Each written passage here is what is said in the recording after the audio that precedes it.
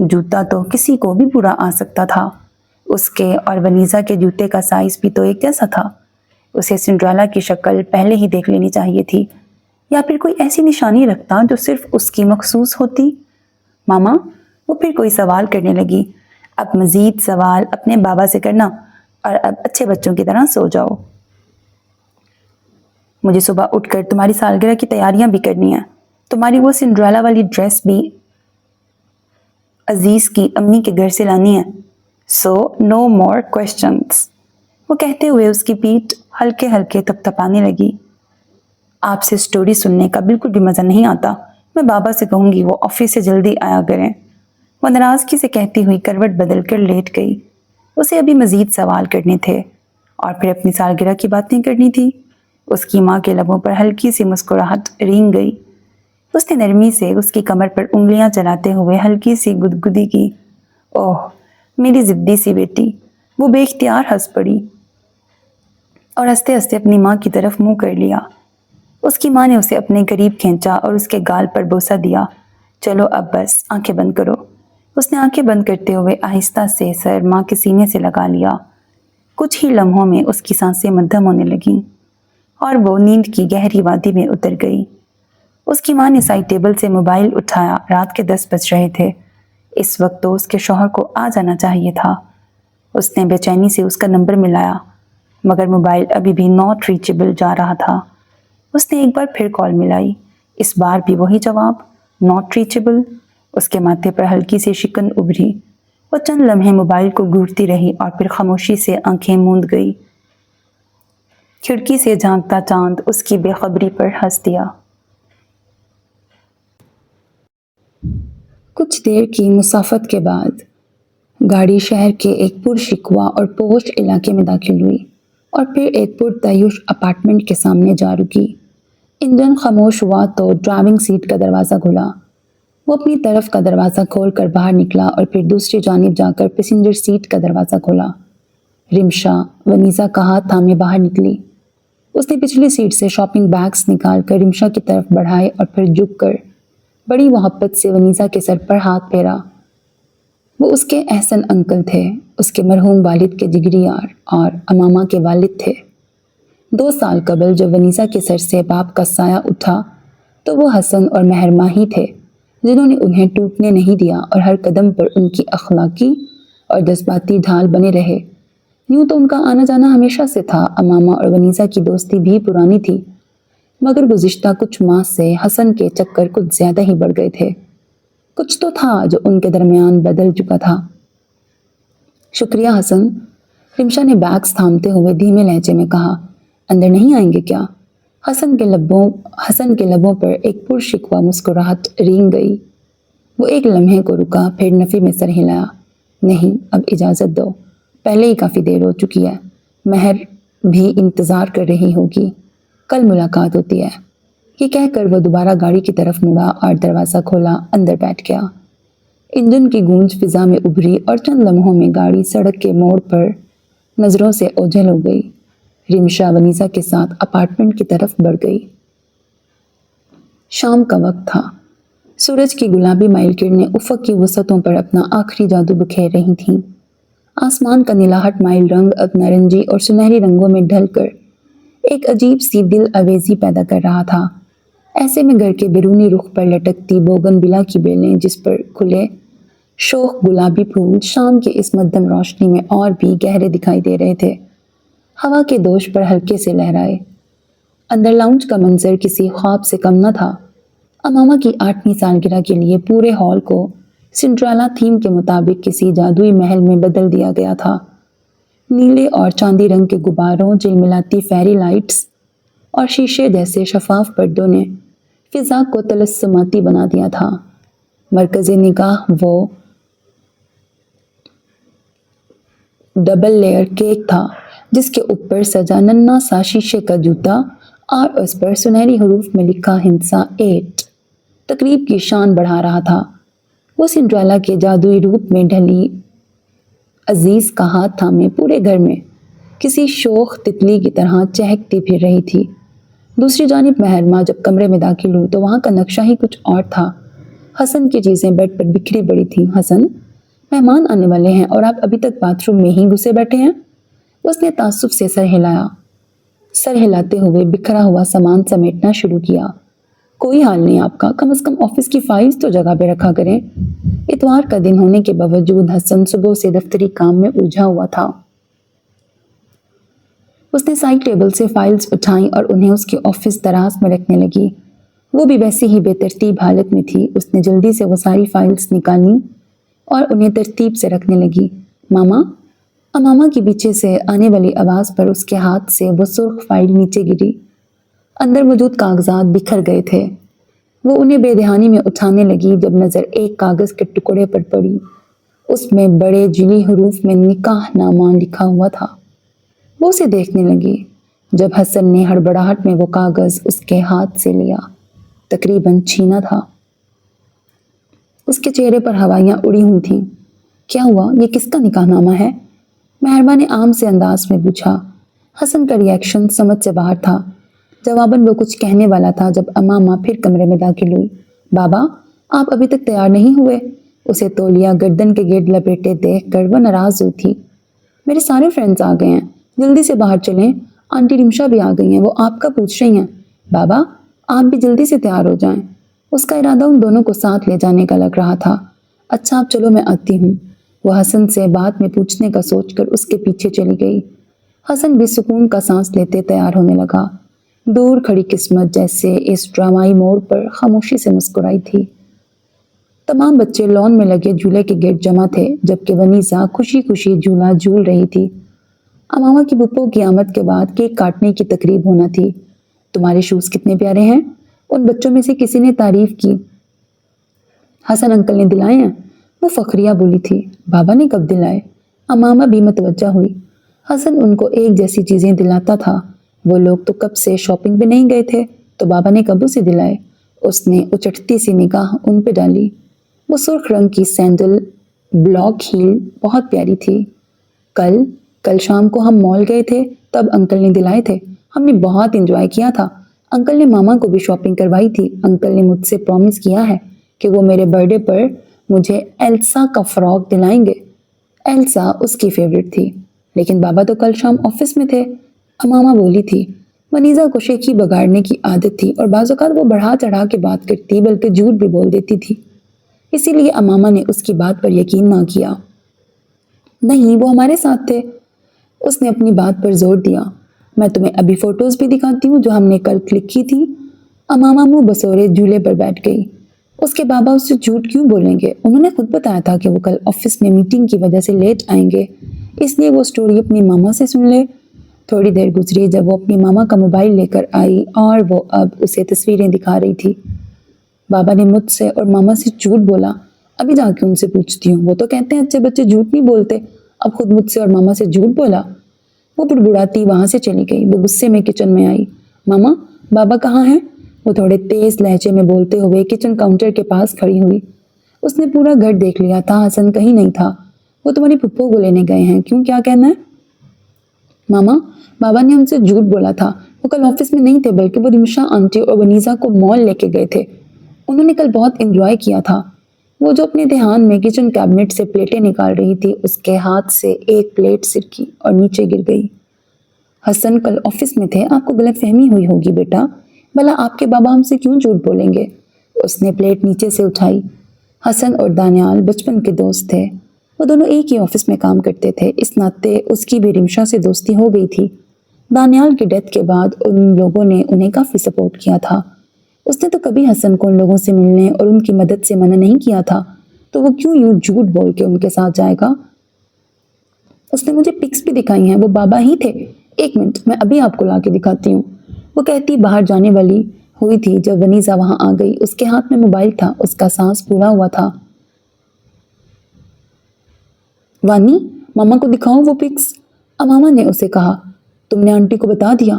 ماما نے مجھے بتانے سے منع کیا تھا۔ آنٹی پلیز آپ ماما کو مت بتائیے گا، وہ گھبراہٹ میں تیزی سے بولی۔ وہ بات اس کے منہ سے نکل گئی تھی۔ اب ماما یقیناً اسے ڈانٹیں گی اور ہو سکتا ہے ایلسا والی برتھ ڈے پارٹی کا منصوبہ بھی کینسل ہو جائے گا۔ نہیں بتاتی، آپ مجھے پکس دکھائیں۔ پتہ نہیں کیوں کچھ غلط ہونے کا احساس ہوا تھا۔ اس نے موبائل کا پاسورڈ لگا کر اسے پکڑایا۔ وہ حسن ہی تھا، رمشا کے ساتھ بیٹھا، وہ آئس کریم کھا رہے تھے۔ اس نے تاریخ دیکھی، وہ کل کی ہی تھی۔ اس کا مطلب تھا حسن نے جھوٹ بولا تھا، اور جھوٹ کون بولتے ہیں؟ جو آپ کو دھوکہ دے رہے ہوں۔ اور بھی ان لوگوں کی بہت سی تصویریں تھیں، ان دونوں کے چہرے کتنے کھلے کھلے تھے۔ ایسی تصویریں تو اس کی حسن کے ساتھ تھیں۔ دل میں چبھن سی ہوئی، وہ نکاح نامہ یاد آیا۔ اس نے گیلری دیکھی، وہاں ایک فولڈر پر پاسورڈ لگا ہوا تھا۔ اس نے اسے بہت کھولنے کی کوشش کی، وہ نہیں کھلا۔ ونیزا کو بھی اس کا پاسورڈ کا نہیں پتہ تھا۔ ان دونوں نے محرمہ کے متزلزل وجود کو دیکھا، جس کے چہرے کی رنگت یکسر بدل چکی تھی اور پیشانی پر پسینے کے قطرے نمودار ہونے لگے تھے۔ ماما، اماما نے اسے پکارا۔ وہ اپنے ہوش میں آئی۔ آپ دونوں جا کے انجوائے کریں، میں آپ کی ماما کو نہیں بتاؤں گی۔ اس نے ونیزا کے رخسار کو سہلایا۔ وہ دونوں وہاں سے چلی گئیں۔ وہ کاؤنٹر کے ساتھ ٹیک لگا کے کھڑی ہو گئی۔ حسن نے اس سے جھوٹ کیوں بولا؟ وہ تصویریں؟ اسے پتہ نہیں کیا ہوا۔ وہ عجلت بھرے قدم اٹھاتی اپنے کمرے میں آئی۔ وارڈروب کا دروازہ کھول کر اس نے حسن کا لاکر کھولا۔ وہ سرخ فائل اٹھا کر اس نے کھولی۔ وہ کاغذ کا ٹکڑا نکالا۔ اس کے ہاتھ ہلکے ہلکے کانپ رہے تھے۔ آنکھیں اس تحریر پر جمی ہوئی تھیں، مگر جیسے لفظ دھندلا گئے ہوں۔ دل کی دھڑکن بے ترتیب ہو چکی تھی۔ وہ کاغذ کا ٹکڑا نہیں تھا، اس کے لیے موت کا پروانہ تھا۔ وہ حسن اور رمشا کا نکاح نامہ تھا۔ ایک لمحے کے لیے اسے لگا جیسے اس کے قدموں تلے زمین کھسک گئی ہو۔ سانس لینا دشوار ہو گیا۔ وہ بیڈ کے کنارے بیٹھ گئی، جیسے اس کے جسم میں اب کھڑے رہنے کی سکت ہی نہ ہو۔ باہر لاؤنج سے بچوں کے کہکہے اور شور کی لہریں اٹھ رہی تھیں، جس میں اب حسن کی باروب آواز بھی شامل ہو چکی تھی۔ وہ اپنی بہن کو لے کے آ چکا تھا۔ باہر مہمانوں کو چھوڑ کر تم یہاں کمرے میں کیا کر رہی ہو؟ محرمہ کو لاؤنج میں نہ پا کر وہ اپنے ہی دھیان میں مسکراتا ہوا کمرے میں داخل ہوا، مگر سامنے کا منظر دیکھ کر اس کے متحرک قدم وہیں منجمد ہو گئے۔ محرمہ بیڈ کے کنارے ساکت بیٹھی تھی، سر جھکائے ہوئے، مگر اس کے شانوں کی لرزش پکار پکار کر اس کے چھپے ہوئے کرب کا پتہ دے رہی تھی۔ حسن کے ماتھے پر تشویش کی لکیریں ابھری۔ وہ تیزی سے قدم اٹھاتا اس کے پاس آیا اور تسلی دینے کو اس کے کندھے پہ ہاتھ رکھنا چاہا، مگر محرمہ نے کمال ضبط سے خود کو پیچھے ہٹا لیا، جیسے اس کا لمس اسے جھلسا دے گا۔ مہر، کیا ہوا ہے؟ تم رو کیوں رہی ہو؟ اس کے لہجے میں فکر تھی، مگر وہ فکر محرمہ کو اب جلتے ہوئے شعلے جیسی معلوم ہو رہی تھی۔ مہر نے دھیرے سے سر اٹھایا اور اپنی سرخ سوجی ہوئی آنکھیں حسن کے چہرے پر ٹکا دیں۔ وہ خاموشی سے اسے دیکھتی رہی۔ وہ اسے دھوکہ دے کر، اس کے مان اور اعتبار کی دھجیاں اڑا کر، اور اس کی راجدھانی میں کسی اور کو چپکے سے شریک کر کے کتنے اطمینان سے پوچھ رہا تھا کہ کیا ہوا ہے۔ اس نے کوئی جواب نہیں دیا، بس فرش پر گرے ہوئے اس کاغذ کو اٹھایا اور حسن کی طرف بڑھا دیا۔ حسن کے چہرے کی رنگت اڑ گئی۔ وہ مسکراہٹ جو چند لمحے پہلے اس کے لبوں کا احاطہ کیے ہوئے تھی، اب ایک بھیانک خاموشی میں بدل گئی۔ اس کے ہاتھ لرزنے لگے اور زبان تالو سے چپک گئی۔ کب سے چل رہا ہے یہ سب؟ اس کے لہجے کی سرد کاٹ حسن کے وجود کو برف کر دینے کے لیے کافی تھی۔ یہ سوال نہیں تھا، بلکہ اس 12 سالہ رفاقت کا نوحہ تھا جو ایک پل میں راکھ ہو چکی تھی۔ عین اسی لمحے لاؤنج سے ایک زوردار آواز گونجی۔ ونیزا کے ہاتھوں سے امامہ کی سالگرہ کا کیک گر چکا تھا، وہ خوبصورت نیلا اور چاندی رنگ کا کیک، جس پر سنڈریلا کا وہ ننھا سا شیشے کا جوتا بڑی نفاست سے سجایا گیا تھا، زمین بوس ہوتے ہی کرچی کرچی ہو گیا۔ گھر کا وہ کونا جو ابھی تک جشن کی روشنیوں سے منور تھا، اب بکھرے ہوئے کیک، پسی ہوئی کریم اور ریزہ ریزہ ہوتے خوابوں کا منظر پیش کر رہا تھا۔ ونیزا خوف زدہ ہو کر وہیں پتھر کی ہو گئی، جبکہ امامہ کی آنکھوں میں آنسو تیرنے لگے تھے۔ محرمہ مرے قدموں سے باہر آئی۔ اس کی نظر سامنے گرے اس کیک پر پڑی جو بالکل اس کے اپنے وجود کی طرح پارا پارا ہو چکا تھا۔ رمشا سامنے کھڑی افسوس سے اسے دیکھ رہی تھی۔ اس نے خاموشی سے امامہ کا لرزتا ہوا ہاتھ پکڑا اور اسے وہاں سے لے گئی۔ بس ایک پل لگا تھا۔ وہ گھر جہاں خوشیوں کے بادل چھائے ہوئے تھے، اب طوفانوں کی ہولناک زد پر تھا۔ امامہ کو سنڈریلا پسند تھی، اور وہ اب خود سنڈریلا بن چکی تھی۔ اس کی زندگی میں ایک عدد ستیلی ماں اور بہن کی انٹری ہو چکی تھی۔ وہ یاسیت سے کھڑکی کے باہر لان کے ایک گوشے پر نظریں جمائے کھڑی تھی۔ حسن کی بے وفائی نے اس کے وجود کی تمام تر شادابی نچوڑ لی تھی۔ وہ مہرماں جو ہمیشہ اپنے نفیس ذوق اور ٹپ ٹاپ رہنے کی وجہ سے جانی جاتی تھی، آج ملگجے سے لباس میں ملبوس خود اپنی نظروں میں اجنبی لگ رہی تھی۔ حسن نے اس کے پیروں تلے سے زمین ایسے کھینچی تھی کہ اسے سنبھلنے کا موقع تک نہیں ملا تھا۔ اسے گھر چھوڑے 1 ماہ بیت گیا تھا۔ بہار اپنے جوبن پر تھی، مگر مہرماں کے اندر کی دنیا میں گویا ابدی خزاں ڈیرے ڈال چکی تھی۔ نانو، ہم اپنے گھر کب جائیں گے؟ وہ دونوں لان میں بیٹھی ہوئی تھیں جب بال کے ساتھ کھیلتی امامہ نے پوچھا۔ ہوا میں ہلکی سی خنکی در آئی تھی۔ پتہ نہیں، جب تمہاری ماں کا سوگ ختم ہو جائے گا تو چلے جانا، وہ کروشیا بنتے ہوئے بولیں۔ تبھی مہرماں دبے پاؤں وہاں آئی۔ وہ ان کی بات سن چکی تھی۔ امامہ بچے، آپ جا کے کھیلیں۔ اس نے امامہ کو وہاں سے اٹھایا اور خود اب اس کی جگہ پہ بیٹھ گئی۔ آپ امامہ کے ساتھ ایسی باتیں مت کیا کریں، وہ امامہ کی پشت پر نظریں جمائے دل گرفتہ سی بولی تھی۔ انہوں نے اپنا کام چھوڑ کر اسے دیکھا۔ وہ دل برداشتہ نظر آ رہی تھی، چہرہ برسوں کا بیمار لگ رہا تھا۔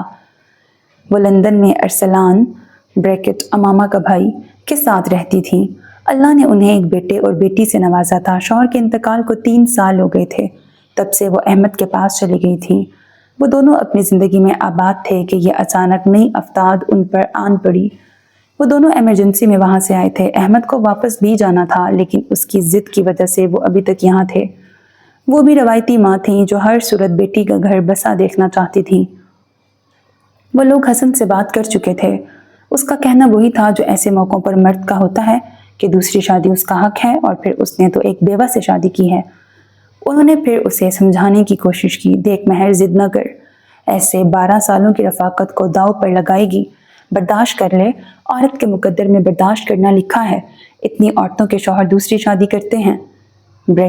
شوہر ہوتا تو برداشت کر لیتی، محبت تھا میری، محبت میں تو شراکت برداشت نہیں ہوتی۔ اسے کیسے دوسری عورت کے ساتھ ہنستا دیکھوں گی؟ ان تصویروں نے اتنی آگ لگائی تھی، اپنی آنکھوں سے دیکھ لوں تو میں مر جاؤں گی۔ وہ جیسے میرے ناز نخرے اٹھاتا تھا، اس عورت کی اٹھائے گا۔ اس نے سوچا، بولی کچھ نہیں۔ تمہارے شوہر نے دنیا کا کوئی انوکھا کام نہیں کیا، اسے سمجھا رہی تھی۔ دنیا میں ہر انسان وہ کام کرتا، بس وہ نہ کرتا۔ اس کی تو دنیا ہی وہ تھا۔ اگر اس نے محبت کے اتنے بلند و بالا دعوے نہ کیے ہوتے تو وہ اس کی بے وفائی پر یوں چپ کر کے سوگ نہ منا رہی ہوتی۔ وہ بھی دوسری عورتوں کی طرح قسمت کا لکھا سمجھ کر اس پر چیخ کر اس کے ساتھ آگے بڑھ جاتی۔ وہ تو کہتا تھا کہ وہ اس کی زندگی کا مرکز ہے۔ آج وہ مرکز بدل بیٹھا تھا۔ وہ یوں ایک بٹے ہوئے انسان کے ساتھ کیسے رہ پائے؟ وہ ان دنوں اتنا رو چکی تھی کہ اب آنکھیں مزید آنسو بہانے کی اجازت نہیں دے رہی تھیں۔ زندگی میں ایسا طوفان آیا تھا جو اپنے ساتھ سب کچھ بہا کے لے جا چکا تھا۔ وہ تم دونوں کو افورڈ کر سکتا ہے۔ انہوں نے من و ان حسن کی بات دہرائی تو مہرماں کے لبوں پر ایک استہزائیہ ہنسی رینگ گئی۔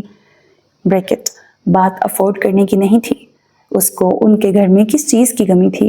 وہ خود پڑھی لکھی تھی، اپنا کما کر کھا سکتی تھی۔ بات جذبات کی تھی، وفاداری کی تھی۔ وہ اپنے وجود کی نفی اور اپنی محبت میں کسی دوسری عورت کی شراکت برداشت نہیں کر پا رہی تھی، لیکن یہ بات وہ ان کو سمجھا نہیں سکتی تھی، کیونکہ وہ اس پرانے زمانے کی عورت تھیں جس کے لیے مرد کی وفاداری سے زیادہ اس کی فراہم کردہ چھت اور نان نفقہ اہم تھا۔ مرد جب نئی منزل کے سفر پر نکلتا ہے تو اکثر اوقات پرانے تعلق اور راستے بھول جایا کرتا ہے۔ اس سے پہلے وہ تجھے بھول جائے، اس کے پاس واپس چلی جا۔ اس سے پہلے وہ تجھے بھول جائے، اس کے پاس واپس چلی جا۔ انہوں نے اپنی زندگی کا نچوڑ بتایا تو وہ اپنی عمیق سوچوں کی دنیا سے باہر آئی۔ میں حسن سے خلا لے رہی ہوں۔ میں ایک بٹے ہوئے انسان کے ساتھ نہیں رہ سکتی۔ ان کی باتوں کو انسنا کر کے اس نے اپنا اٹل فیصلہ سنایا۔ انہوں نے تعصب سے اسے دیکھا۔ اور ایمی کا کیا؟ اسے اپنی سوتن کے پاس چھوڑے گی، کیونکہ حسن اس کو تیرے پاس رہنے نہیں دے گا۔ تھوڑا اپنا ظرف بڑا کر لے ایمی کے لیے۔ عورتیں تو اپنی اولاد کے لیے کیا کچھ نہیں کرتی۔ وہ اڑیل چٹان کی طرح اپنے موقف پر ڈٹی ہوئی تھی۔ ان کا دل اس کی ضد پر ماتم کرنے کو چاہ رہا تھا۔ میں اپنا ظرف بڑا نہیں کر سکتی۔ حسن نے مجھے دھوکہ دیا ہے۔ آپ میری کیفیت کبھی نہیں سمجھ سکتی. آپ کو بابا نے دھوکہ نہیں دیا. ساری زندگی آپ کے وفادار رہے. امامہ کے آنے سے وہ بات ادھوری چھوڑ چکی تھی. وہ خالی نظروں سے آسمان کی وسعتوں کو تک رہا تھا، جہاں بادلوں کی اوٹ میں چھپتا چاند اس کے ساتھ آنکھ مچولی کھیل رہا تھا. کبھی چاندنی اس کے مضطرب چہرے پر لرزتی اور کبھی اسے اندھیروں کے رحم و کرم پہ چھوڑ دیتی. اس کے پہلو میں دھرے خلا کے کاغذات اس کے ماتھے پر لکھی شکست کی طرح اسے منہ چڑھا رہے تھے. اسے گمان تھا کہ مہرمہ کو پتہ نہیں چلے گا، اور اگر اسے معلوم بھی ہوا تو وہ اسے منا لے گا، لیکن بات اس نہج تک پہنچ جائے گی اس نے کبھی سوچا بھی نہیں تھا. 12 سال کی رفاقت جو ایک ایک دن کر کے سینچی گئی تھی اب داؤ پہ لگی تھی. اسے خود مہر کو بتا دینا چاہیے تھا. اپنے آپ کو کوستا وہ اپنی سوچوں میں گم تھا. جو کام اسے پہلے کرنا چاہیے تھا وہ اب کر رہا تھا، یعنی سوچنے کا. کافی پی لیں، آپ کے اعصاب کو سکون ملے گا. پیچھے سے رمشا کی دھیمی آواز نے اس کی سوچوں کے تسلسل کو توڑا تھا. اس نے چونک کر دیکھا. وہ آ کر اس کے ساتھ بیٹھ گئی. ہاتھ میں کافی کا پکڑا مگ اس کو دیا. مہر سے بات ہوئی؟ اس نے پوچھا. نہیں. اس نے سر جھکا دیا. اب کیا ہوگا؟ 1 ماہ سے زیادہ ہو گیا. اب یہ خلا کے پیپرز، آپ کو ایک دفعہ اس سے بات کرنی چاہیے، پھر ہی اس پرابلم کا کوئی سولوشن نکلے گا. پچھلے 1 ماہ سے حسن کو اس حال میں دیکھ کر رمشا خود بھی کرب کا شکار تھی یا پھر وہ دکھاوا کر رہی تھی. وہ مجھے بلاک کر چکی ہے. گھر جاؤں تو مجھے اپنی شکل تک دکھانا گوارا نہیں کرتی. ایسی صورتحال میں کس دیوار کے ساتھ سر پھوڑوں؟ وہ بے بسی کی انتہا پر تھا. ایک بوجھل خاموشی ان دونوں کے درمیان رقص کرنے لگی. حاشر کی موت نے ان کی زندگیوں کا رخ ہی موڑ دیا تھا. رمشا کے لیے ہمدردی کب خاموشی سے محبت کا لبادہ اوڑھ گئی. اس کا ادراک تو شاید خود حسن کو بھی اس وقت ہوا جب بہت دیر ہو چکی تھی. وہ اس وقت 2 کشتیوں کا مسافر تھا، جن میں سے ایک منجدار میں ہچکولے کھا رہی تھی. ڈرائنگ روم کی فضا اس وقت حد زدہ اور بوجھل تھی. ارسلان کے لہجے میں چھپی تپش ماحول کو مزید گرم کر رہی تھی. اگر اسے ہمدردی کا اتنا ہی بخار چڑھا تھا تو مہرماں سے اجازت لیتا، اس سے پوچھتا. ایسے چور راستے وہی اپناتے ہیں جن کے دل میں کھوٹ ہوں. پہلے چوری چھپے نکاح کر لینا اور پھر اوپر سے ڈٹائی دکھانا. خاموشی سے بیٹھے اس کی نند اور نندوئی کی رنگت یکسر متغیر ہوئی. اس کی ماں نے اسے خاموش رہنے کے لیے آنکھیں دکھائیں. اسے ٹوکنا چاہا، مگر ارسلان تو جیسے اپنی بڑاس نکال کر ہی دم لینا چاہتا تھا. اور رہی بات امامہ کی، تو نہ تو میری بہن مجھ پہ بوجھ ہے اور نہ میری بھانجی. خلا کے کاغذات آپ کو مل چکے ہیں. اپنے بھائی سے کہیں کہ اب خاموشی سے سائن کر کے ہمیں شرافت سے فارغ کرے. حق مہر کی رقم بھی اپنے پاس رکھیں، ہمیں اس کی کوئی ضرورت نہیں. ہمارے سارے تعلقات اب بس ختم ہی سمجھیں. اسی لمحے مہرماں لوازمات سے بھری ٹرالی لیے کمرے میں داخل ہوئی. اپنے بھائی کی آخری بات اس کی سماعتوں سے ٹکرائی تو اس کے قدموں میں ایک لرزش سی آئی. اس نے خود کو سنبھالا. ایسے کہنے سے تعلقات ختم ہونے لگے تو اس وقت ساری دنیا لا تعلق ہو چکی ہوتی. اس کے نندوئی نے مصلحت آمیز لہجے میں کہتے ہوئے مہرماں کے ہاتھ سے چائے کا کپ لیا. وہ ان سب کو چائے سرو کر کے وہیں اپنے بھائی کے پاس سپاٹ چہرہ لیے بیٹھ گئی. امامہ ابھی اسکول گئی ہوئی تھی. دیکھیں بھابھی، اب جو ہونا تھا وہ ہو گیا. اب لکیر کو پیٹنے کا کیا فائدہ؟ ایسے حسن سے ناتا توڑ کر تم صرف اپنا اور امامہ کا نقصان کر رہی ہو. ویسے بھی بیوہ سے شادی کرنا ثواب کا کام ہے. تھوڑا اپنا دل بڑا کر لو. مہرماں طنزیہ انداز میں لب بھینچ کر مسکرائی. اگر ایسا ہے تو میں کیوں اکیلی سارا ثواب کماؤں؟ آپ بھی اپنے شوہر کی دوسری شادی کروا کے تھوڑی نیکیاں سمیٹ لیں. مہرماں نے بڑے سکون سے اپنی بات مکمل کی اور چائے کا گھونٹ بھرا. میری نظر میں 1-2 اچھے رشتے ہیں، کہیں تو بھائی صاحب آپ کی بات چلاؤں. اس کے لہجے کا سکون الفاظ کی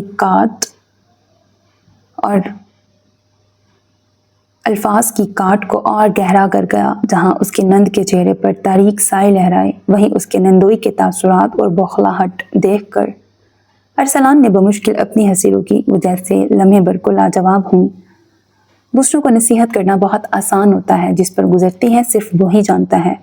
دوسرے تو صرف زخموں پہ نمک چھڑکنے آ جاتے ہیں. مہرماں کا لہجہ اب کٹیلا ہو چکا تھا.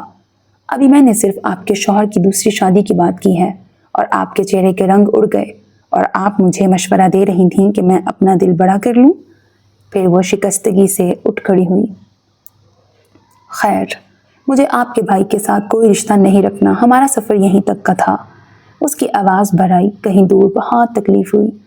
آپ امامہ کی پھپھو ہیں، اس سے ملنے آ سکتی ہیں، لیکن اس کے علاوہ کسی اور رشتے کے ناطے ہمارا کوئی تعلق نہیں رہے گا۔ اپنی بات مکمل کر کے وہ مڑی اور بنا پیچھے دیکھے وہاں سے چلی گئی، اور اس کے پیچھے خاموشی ایک بار پھر پورے ڈرائنگ روم پر مسلط ہو گئی۔ زندگی کا سفر اپنے مخصوص تسلسل کے ساتھ رواں تھا، مگر ایسا لگتا تھا جیسے گردش ایام کی تمام کٹھنائیاں صرف اسی کی تقدیر کے حصے میں آ ٹھہری تھیں۔ وقت کی بے رحم چال نے اسے ایک ایسے موڑ پر لا کھڑا کیا تھا جہاں ماضی ایک بوجھ اور مستقبل ایک دھند بن چکا تھا۔ بوجھل دل سے آنکھیں موندے وہ لکڑی کی کرسی پر ساکت بیٹھی جھول رہی تھی۔ کرسی کی ہلکی سی چڑچڑاہٹ کمرے کے سناٹے میں کسی ماتمی سسکی کی طرح گونج رہی تھی۔ بیڈ کے سائڈ ٹیبل پر رکھا موبائل فون ایک بار پھر لرزا۔ اس کی اسکرین روشن ہوئی، مگر اس نے اسے یکسر نظر انداز کر دیا۔ دوسری طرف سے کسی نے تھک ہار کر رابطہ منقطع کر دیا تھا۔ اس نے نیم و آنکھوں سے دراز قد کھڑکیوں کے پار اس بلند و بالا قفس کو دیکھا، ایک ایسا اندیکھا جہنم جسے وہ دنیا کے سامنے جنت ظاہر کرتی تھی۔ کاش یہ محل جتنا حسین اور وسیع، اس کے مالک کا دل بھی ایسا ہی ہوتا۔ اس کی نظریں بھٹکتی ہوئی میز پر دری میڈیکل رپورٹس پر جا ٹھہریں۔ ان سفید کاغذوں پر لکھی سیاہ تحریریں اسے کسی ناگ کی طرح ڈس رہی تھیں۔ وہ دور خلا میں کسی نادیدہ نقطے کو تکنے لگی جہاں یادوں اور محرومیوں کے سائے رقص کر رہے تھے۔ کچھ لوگ کتنے خوش نصیب ہوتے ہیں، اللہ دنیا کی ہر نعمت ان کے قدموں میں ڈھیر کر دیتا ہے۔ اس نے ایک سرد آہ بھری، ذہن کے پردے پر کچھ ہنستے مسکراتے چہرے ابھرے اور پھر غائب ہو گئے۔ اس نے ایک بار پھر اپنی رپورٹس کو دیکھا۔ تقدیر کے فیصلے کتنے اٹل اور بے رحم تھے۔ ماں کا سایہ تو پہلے ہی چھن چکا تھا، باپ کا رشتہ برائے نام تھا، اور اب اللہ اسے اولاد کی نعمت سے بھی محروم کر چکا تھا۔ اس وسیع و عریض کمرے میں پھیلی خاموشی اب اسے جیتے جی نگلنے لگی تھی، جہاں ہر دیوار اس کی محرومیوں پر نوحہ پڑ رہی تھی۔ رات کا دوسرا پہر تھا جب زین کے رونے کی آواز نے اس کی نیند کے کچے دھاگے توڑ دیے۔ اس نے بوجھل پن سے اسے تھپ تھپانا شروع کیا، وہ بھی ماں کی موجودگی محسوس کر کے دوبارہ نیند کی وادیوں میں اتر گیا۔ وہ کسل مندی سے اٹھ بیٹھی اور بیڈ گراؤنڈ سے ٹیک لگا لی۔ کمرے کی نیم تاریکی میں اس کا چہرہ حد درجے سپاٹ اور بوجھل لگ رہا تھا۔ زندگی میں مشکلات نے جیسے اس کا گھر دیکھ لیا تھا۔ عزیز کی نوکری چلی گئی تھی۔ ایک وہ تھی جو سوچ کر پیسہ خرچ کرتی تھی، اور ایک اس کی بہن جو ہر وقت زیورات میں لدی رہتی تھی۔ دنیا کی ہر آسائش اس کے پاس تھی۔ اس کے ذہن میں اس کا وہ عالی شان محل نما گھر ابھرا جو نہ جانے کتنے مربوں پر پھیلا ہوا تھا، اور پھر اس نے اپنے اس 6 مرلے کے مکان کی دیواروں کو دیکھا جو اسے اب کاٹنے کو دوڑتی تھیں۔ بچوں کی ضروریات، بڑھتے ہوئے اخراجات اور مستقبل کا خوف، سب مل کر اس کے اعصاب چاٹ رہے تھے، اپنی ادھوری خواہشات کا ماتم کرتے ہوئے۔ کبھی کبھار اسے خود پر بھی غصہ آتا کہ اس نے عزیز سے شادی ہی کیوں کی تھی۔ عزیز کی آنکھ بھی کھل چکی تھی۔ وہ آہستہ سے اٹھ کر بیٹھ گیا اور اندھیرے میں ونیزا کے افسردہ چہرے کو پڑھنے کی کوشش کرنے لگا۔ کیا ہوا؟ اس نے فکر مندی سے پوچھا۔ وہ اب اس سے اکھڑی رہنے لگی تھی۔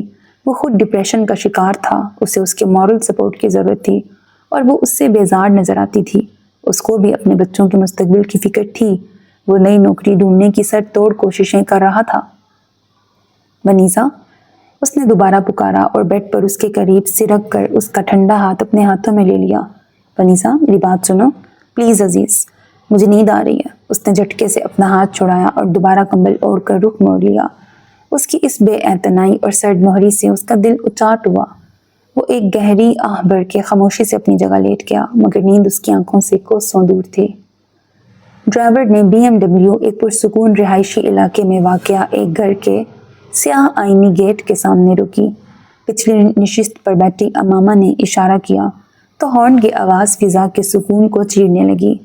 لاؤنج میں بیٹھا عزیز جو بچوں کو کھانا کھلانے کی کوشش کر رہا تھا، اس پہ وقت کی دخل اندازی پر سخت بدمزہ ہوا۔ ہارن کی آواز پر ونیزا جلدی سے کمرے سے باہر نکلی تاکہ امامہ کو ریسیو کر سکے۔ اس کے انداز اور پھرتیاں دیکھ کر وہ بے اختیار بھویں اچکا گیا۔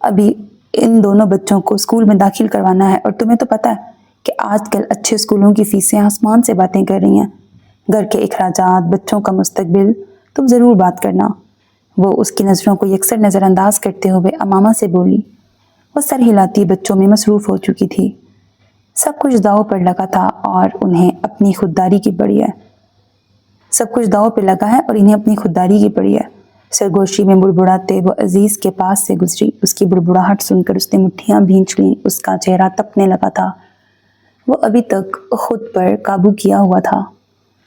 امامہ کی موجودگی میں ونیزا کی باتیں اس کے لیے کسی تازیانے سے کم نہ تھیں۔ وہ اس کے پیچھے لپکا۔ وہ وہاں 2-3 گھنٹے گزار کے اب واپسی کے سفر پر روانہ تھی۔ گاڑی کی پچھلی نشست پہ بیٹھی وہ ماضی اور حال کے الجھے ہوئے تانوں بانوں میں گھری ہوئی تھی۔ اس کے ذہن کے پردے پر ونیزا کا چہرہ ابھرا۔ ونیزا کتنی خوش نصیب تھی، اس نے سوچا۔ خدا نے اسے دنیا کی ہر نعمت، ہر خوشی سے نوازا تھا۔ ان کے لاؤنج میں سجی وہ بڑی سی تصویر بار بار اس کی آنکھوں کے سامنے آ رہی تھی۔ ایک طرف عزیز اور ونیزا، دوسری طرف رمشا اور حسن، اور ان کے درمیان کھلکھلاتے 2 بیٹے۔ ایک مکمل خوش باش اور جیتی جاگتی فیملی۔ اس کے دل سے بے اختیار ایک ہوک سی اٹھی۔ اداسی کی ایک لہر نے گاڑی کے اندر کی فضا کو بوجھل کر دیا تھا۔ گھٹن سی محسوس ہوئی تو اس نے گاڑی کی کھڑکی کا شیشہ نیچے کر دیا۔ ٹھنڈے ہوا کے جھونکے اس کے چہرے سے ٹکرائے، مگر دل کے اندر پھیلی ویرانی کم نہ ہو سکی۔ آج پہلی بار اسے ونیزا کی ستائش بڑی نظریں بھی اچھی نہیں لگی تھیں۔ اس نے گہرا سانس بھرا اور آنکھیں موند کر بیک سیٹ سے ٹیک لگا لی۔ مہرماں، جو حسن سے تعلق توڑنے سے پہلے ہی اس دنیا سے ناتا توڑ چکی تھی، ایک جان لیوا کار حادثے نے امامہ سے اس کی ماں اور نانی چھین لی تھی۔ اس کے ماموں ارسلان بال بچ گئے تھے۔ مہرماں کی وفات کے بعد حسن اسے اپنے ساتھ لے آیا تھا، تو ارسلان بے واپس لندن چلا گیا تھا۔ اس بڑے سانحے کے بعد حسن کی تمام تر توجہ کا مرکز امامہ بن گئی تھی، مگر رمشا کو یہ خصوصی توجہ ایک آنکھ نہ بھائی۔ وہ ایک روایتی ستیلی ماں بن گئی اور ونیزا کے ساتھ مل کر حسن کے گرد ایک ایسا حصار کھینچا کہ حسن آہستہ آہستہ امامہ کو بھولنے لگا۔ خدا بھی جیسے رمشا پر مہربان تھا، انہیں پھر اولاد کی خوشخبری مل چکی تھی۔ ایسے میں امامہ کہاں یاد رہنے والی تھی؟ عزیز اور اس کی امی، جو ان کے پڑوسی بھی تھے، اب اس کی دنیا بننے لگے تھے۔ اس کا زیادہ تر وقت انہی کے ساتھ گزرتا۔ وہ سنڈریلا تھی اور عزیز اس کا شہزادہ، جو ایک دن اسے لینے آنے والا تھا۔ وہ اپنی افسانوی دنیا میں بے حد خوش تھی۔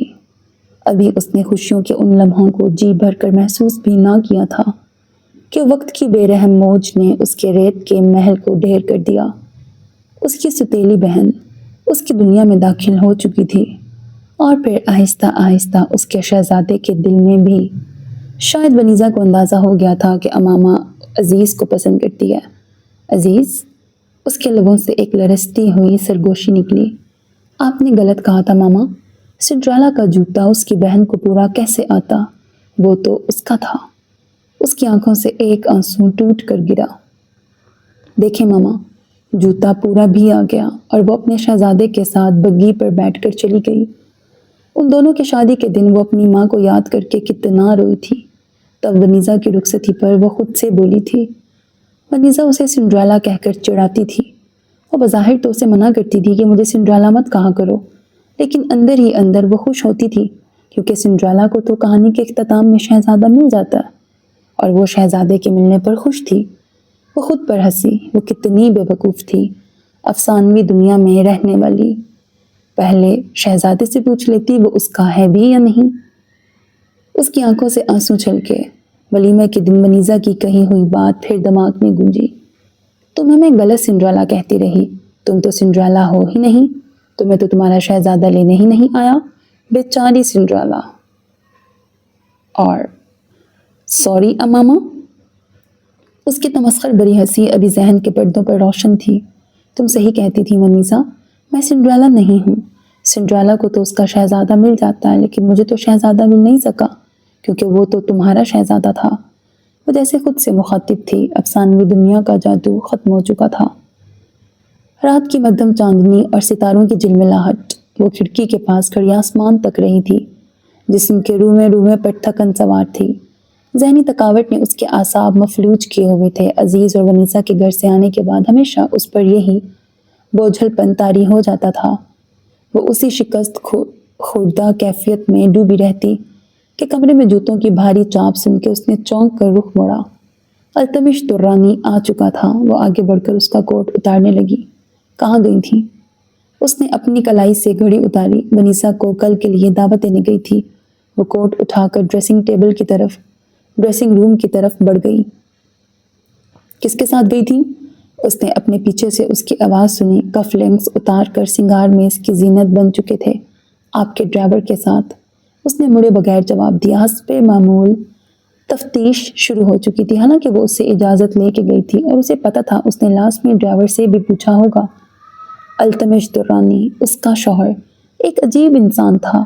دنیا کی نظروں میں وہ شرافت کا لبادہ اوڑھے ایک فرشتہ صفت انسان تھا، مگر در حقیقت وہ اس جہنم کا داروغہ تھا جسے لوگ درانی پیلس کہتے تھے۔ امامہ کے لیے یہ عالی شان در و دیوار کسی اذیت کدے سے کم نہ تھے۔ وہ دونوں ڈنر کر کے واپس اپنے کمرے میں آ گئے۔ امامہ ڈریسنگ ٹیبل کے سامنے بیٹھ گئی۔ وہ بیک گراؤنڈ سے ٹیک لگاتا اس کا تنقیدی نگاہوں سے جائزہ لے رہا تھا، جو کل کے فنکشن کے لیے جیولری منتخب کر رہی تھی۔ تم گائناکالوجسٹ کے پاس گئی تھی؟ رپورٹس آ گئیں۔ کتاب کے ورق پلٹتے اس نے اچانک پوچھا تھا۔ کان کے ساتھ ایئر رنگز لگا کر وہ دیکھ رہی تھی۔ جب وہ اس کی بات سن کر ٹھٹکی، چہرے کی رنگت متغیر ہوئی۔ اس نے اپنے اعصاب پر قابو پایا۔ اسے امید نہیں تھی کہ وہ یہ سوال کرے گا، کیونکہ التمش درانی کو باپ بننے کی کوئی جلدی نہیں تھی۔ ہاں، میری رپورٹس تو نارمل ہیں۔ وہ ڈاکٹر کہہ رہی تھی کہ ایک دفعہ آپ اپنی ٹیسٹ بھی کروا لیتے، پھر وہ کوئی ٹریٹمنٹ سجیسٹ کر سکیں گی۔ جھوٹ بولتے ہوئے اس کی زبان ایک دفعہ بھی نہیں لڑکھڑائی تھی۔ تمہیں لگتا ہے کہ میں یعنی التمش درانی ڈاکٹر کے پاس جاؤں گا، اپنے ٹیسٹ کرواؤں گا؟ ایک طنزیہ مسکراہٹ اس کے لبوں پر سجی۔ میں بالکل ٹھیک ہوں، مجھ میں کوئی کمی نہیں ہو سکتی۔ پھر بھی ٹیسٹ کروانے میں کیا حرج ہے؟ آپ کی مدر مجھے بار بار کہتی ہیں، میں پھر انہیں بتا دیتی ہوں کہ آپ… اس کی بات ادھوری رہ گئی۔ التمش کے اندر کا خود پرست شخص جاگ چکا تھا۔ وہ لمبے لمبے ڈگ بھرتا اس کے قریب آیا۔ وہ دراز قد آئینے کے سامنے اس طرح کھڑا ہوا کہ اس کی اپنی بلند قامت پورے شیشے پر محیط ہو گئی، اور امامہ کا عکس اس کے پیچھے کہیں گم ہو گیا۔ اس نے اپنے دائیں ہاتھ سے امامہ کی تھوڑی کو سختی سے اوپر اٹھایا۔ اس کی گرفت میں بے رحمی تھی۔ آئندہ مجھے میری ماں کی دھمکی مت دینا، اور اپنی زبان کا استعمال میرے سامنے کم کیا کرو۔ مجھے زبان دراز عورتیں قطعاً پسند نہیں۔ اس نے حقارت سے اس کی تھوڑی کو جھٹکا۔ وہ کمرے سے باہر چلا گیا، اور وہ آئینے میں نظر آتے اپنے عکس سے نظریں چرانے لگی۔ قرآن خوانی ختم ہوئی تو وہ بوجھل دل لیے اپنے سارے مہمانوں کو رخصت کرنے لگی۔ اب گھر میں صرف ونیسا اور اس کی ماں رہ گئی تھیں، جو گیسٹ روم میں بیٹھی دنیا داری کی تانے بن رہی تھیں۔ امامہ کے تو مزے ہیں، اتنا بڑا گھر، نہ سسرال کا جھنجھٹ، نہ مال و زر کی فکر، ایک میں ہوں۔ اس نے کھڑکی سے نظر آتے اس پر آرائش گھر پر حسرت بھری نگاہ ڈالی۔ میں تمہیں تبھی کہتی تھی کہ اس عزیز کے پیچھے مت بھاگو۔ اس کی ماں نے لقمہ دیا۔ اگر تم اس ٹٹ پونجیے سے شادی نہ کرتی تو آج اس گھر کی ملکہ تم ہوتی، التمش کی بیوی بن کے راج کرتی۔ اس کی عزیز کی شادی کے بعد ہی التمش کا رشتہ آ گیا تھا، تو آپ اس کی شادی التمش سے نہ ہونے دیتی؟ وہ دانت پیستے ہوئے بولی تھی۔ ہاں، اور تمہارے باپ کی نظر میں بری بنتی؟ حسن تو پہلے ہی تمہاری اور عزیز کی شادی کی وجہ سے نالاں تھا۔ خیر، جو ہونا تھا ہو چکا، اب پچھتانے کا کیا فائدہ؟ انہوں نے بات ہی ختم کر دی۔ حسن امامہ کا رجحان عزیز کی طرف دیکھ چکا تھا۔ وہ کچھ سوچنے لگ گئی۔ اچھا، میں چلتی ہوں، تمہارے بابا انتظار کر رہے ہوں گے۔ تم ابھی ہمارے ساتھ چلو گی یا پھر عزیز تمہیں لینے آئے گا؟ وہ اٹھ کھڑی ہوئی۔ آپ چلی جائیں، میں عزیز کو بلا لیتی ہوں۔ وہ چلی گئی تو اس نے عزیز کو فون کر کے آنے سے منع کر دیا۔ اس کے دماغ میں کچھ چل رہا تھا۔ بچے وہ گھر اپنی ساس کے پاس ہی چھوڑ آئی تھی، ویسے بھی اس کے بچے اس سے زیادہ عزیز سے اٹیچ تھے۔ خود نیچے ہال میں آ گئی، جہاں امامہ اور التمش کسی موضوع پر محو گفتگو تھے۔ وہ ان کے قریب آئی۔ عزیز نہیں آیا؟ امامہ نے پوچھا۔ نہیں، اس کو کوئی ضروری کام آ گیا ہے۔ بے نیازی سے جھوٹ بولتے وہ التمش کی طرف متوجہ ہوئی۔ اگر آپ فری ہیں اور آپ کو برا نہ لگے تو آپ مجھے ڈراپ کر سکتے ہیں۔ ڈرائیور چھوڑ، امامہ اس سے بولی۔ جب التمش اس کی بات کاٹ گیا، کوئی مسئلہ نہیں، میں چھوڑ آتا ہوں۔ ایک مسکراہٹ اس کی طرف اچھالتا وہ اس کو اپنی ہمراہی میں لیے باہر کی طرف بڑھ گیا۔ امامہ دانت بھینچ کر رہ گئی۔ گاڑی کے اندر کی خاموشی میں اے سی کی خنکی کی ہلکی ہلکی سائیں سائیں اور پرفیوم کی گہری خوشبو رچی ہوئی تھی۔ التمش بہت مہارت سے اسٹیئرنگ سنبھالے ہوئے تھا، جبکہ ونیزا اس کے برابر والی نشست پر نیم دراز باہر کی بھاگتی روشنیوں کو دیکھ رہی تھی۔ اس محیب خاموشی کو التمش کی آواز نے توڑا۔ آپ کے ہسبینڈ کی جاب کا کچھ بنا؟ اس نے نفی میں سر ہلایا۔ نہیں، آپ پریشان نہ ہوں، میرے ایک قریبی جاننے والے کے آفس میں مینیجر کی پوسٹ خالی ہے، میں خود ان سے بات کرتا ہوں۔ وہ بے اختیار تشکر بھری نظروں سے اسے دیکھنے لگی۔ مجھے امید نہیں تھی کہ امامہ کو اتنا اچھا رشتہ بھی مل سکتا ہے، آپ اور اس میں زمین آسمان کا فرق ہے۔ مجھے حیرت ہے آپ نے اسے کیسے پسند کر لیا، حالانکہ اس میں کوئی بات نہیں کہ آپ جیسا شخص اس سے شادی کرتا، وہ تفاخر سے بولی۔ وہ اس کی تعریفوں کے پل باندھ رہی تھی اور وہ خاموشی سے سنتا رہا۔ ہلکی سی مسکراہٹ اس کے گالوں پر بکھر جاتی۔ وہ دونوں ایک دوسرے کے ساتھ باتوں میں مصروف ہو گئے تھے، جن میں امامہ کی برائیاں زیادہ شامل تھیں۔ وہ بھی مردوں کی اسی قسم سے تعلق رکھتا تھا جو اپنی بیوی کی تذلیل پر دوسروں سے داد وصول کر کے خود کو فاتح محسوس کرتے ہیں۔ ونیزا کے گھر کے باہر پہنچ کر التمش نے اچانک بریک لگایا۔ گاڑی کے زوردار جھٹکے سے اس کا سر ڈیش بورڈ سے ٹکرانے ہی والا تھا کہ التمش نے برق رفتاری سے اپنا بازو اس کے آگے کر کے اسے بچا لیا۔ وہ اس کو دیکھنے لگی۔ التمش اپنی طرف کا دروازہ کھول کر اس کی جانب بڑھا۔ امامہ بہت خوش قسمت ہے جو اسے آپ جیسا لونگ، کیئرنگ اور شاندار شوہر ملا ہے۔ اس کے دروازہ کھولنے پر وہ رشک سے بولی تھی۔ وہ مبہم مسکرا دیا۔ آج موسم کافی خوشگوار تھا۔ فضا میں موجود خنکی بتا رہی تھی کہ تپتی گرمی اب اپنے اختتام کو ہے۔ التمش کی سفارش کی وجہ سے اس کی نوکری لگ چکی تھی۔ ونیزا کے بدلتے تیور دیکھ کر وہ مجبوراً التمش کا احسان لے چکا تھا۔ آج اتفاق کی بات تھی، حسن، رمشا اور عباد بریکٹ اس کا چھوٹا بھائی عمرے کے لیے جا رہے تھے۔ عزیز کو بھی آفس کی طرف سے شہر سے باہر جانا پڑ رہا تھا۔ امامہ، التمش، ونیزا اور ان کے خاندان کے چند افراد انہیں ایئرپورٹ چھوڑنے آئے تھے۔ التمش ونیزا سے بات کر رہا تھا کیونکہ ونیزا کو بظاہر مجبوراً ان کے گھر رکنا پڑ رہا تھا، جبکہ اس سے وہ بہت خوش تھی۔ اس کے ایئرپورٹ چھوڑنے کے بعد واپسی پر امامہ فرنٹ سیٹ پر بیٹھنے لگی جب ونیزا اس سے پہلے ہی دروازہ کھول کے بیٹھ گئی۔ امامہ کے قدم لمحہ بھر کو چھٹکے، پھر مجبوراً اسے پیچھے بیٹھنا پڑا۔ کچھ تو تھا جو بدل چکا تھا۔ وہ پچھلے ماہ سے نوٹس کر رہی تھی۔ ونیزا کے اس کے گھر کے چکر کچھ زیادہ ہی لگنے لگے تھے، وہ بھی اس وقت جب التمش گھر پر ہوتا تھا۔ اس کے سامنے وہ امامہ کو نیچا دکھانے کا کوئی موقع ہاتھ سے نہ جانے دیتی۔ کبھی اس کے کپڑوں پر تنقید کرتی، اسے کنویں کا مینڈک کہتی، کبھی اسے آؤٹ ڈیٹڈ کہہ کے پکارتی۔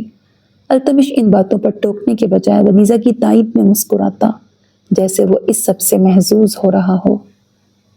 رات کا وقت تھا۔ وہ باہر نظریں جمائے بیٹھی تھی جہاں سوئمنگ پول کے پاس کھڑے التمش اور ونیزا باتیں کر رہے تھے۔ پتہ نہیں وہ کون سی ایسی باتیں کر رہے تھے کہ ان کے کہے تھمنے کا نام نہیں لے رہے تھے۔ وہ افسردگی سے انہیں دیکھنے لگی۔ کوئی کسی کے گھر کو آگ لگا کر کیسے خوش رہ سکتا ہے؟ اس نے خود سے استفسار کیا۔